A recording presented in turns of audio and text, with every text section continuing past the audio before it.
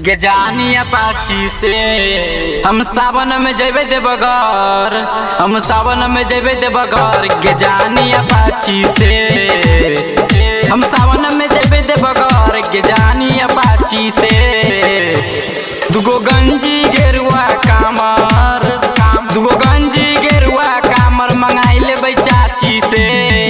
हम सावन में जेबे देवघर। गे जानी अपाची से हम सावन में जेबे देवघर। गे जानी अपाची से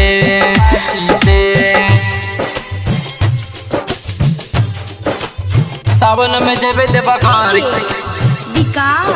गे जानी अपाची से हम सावन में जेबे देवघर। सहर्ष रिकॉर्डिंग स्टूडियो भूतही चौक सीतामढ़ी। अपाची से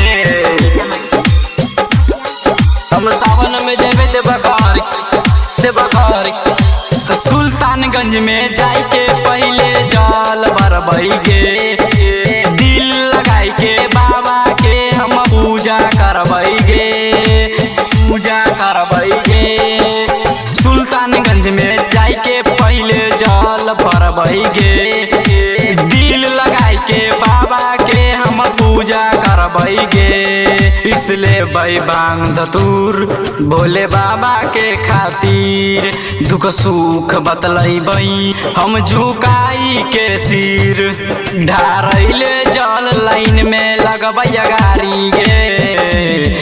हम सावन में जेबे देवघर। गे जानी अपाची से हम सावन में जेबे देवघर। गे जानी अपाची से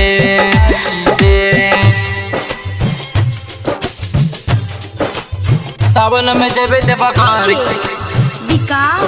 गे जानी अपाची से हम सावन में जेबे देवघर। सीतामढ़ी अपाची से हम सावन में जेबे देवघर। पहला सोमवारी के दिन में बहुते भीड़ होइ छै गे, पाबै छी दर्शन जे करे में तकदीर होइ छै गे, तकदीर होइ छै गे। पहला सोमवारी के दिन में बहुते भीड़ होइ छै गे, पाबै छी दर्शन जे करे में तकदीर होइ छै गे। बाबा भोला के मंदिर में बहुते भीड़ होइ छै गे। रमेश राजा राइटर लकीन होइ छै गे, कहै छौ राजकुमार हटतौ न गेट से। हम सावन में जेबे देवघर। गे जानी अपाची से हम सावन में जेबे देवघर। गे जानी अपाची से सहर्ष रिकॉर्डिंग स्टूडियो भूतही चौक सीतामढ़ी।